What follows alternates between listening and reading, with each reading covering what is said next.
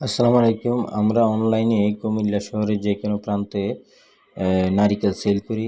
অবশ্যই আমাদের থেকে যদি নারিকেল নিতে চান 100% আপনাকে পৌঁছে দেওয়া হবে কুমিল্লা শহরের যে কোনো প্রান্তে। অবশ্যই আমার চ্যানেলটি সাবস্ক্রাইব করবেন। ধন্যবাদ সবাইকে। এখানে সব কিছু বিজনেস রিলেটেড পাবেন। ধন্যবাদ সবাইকে। আসসালামু আলাইকুম।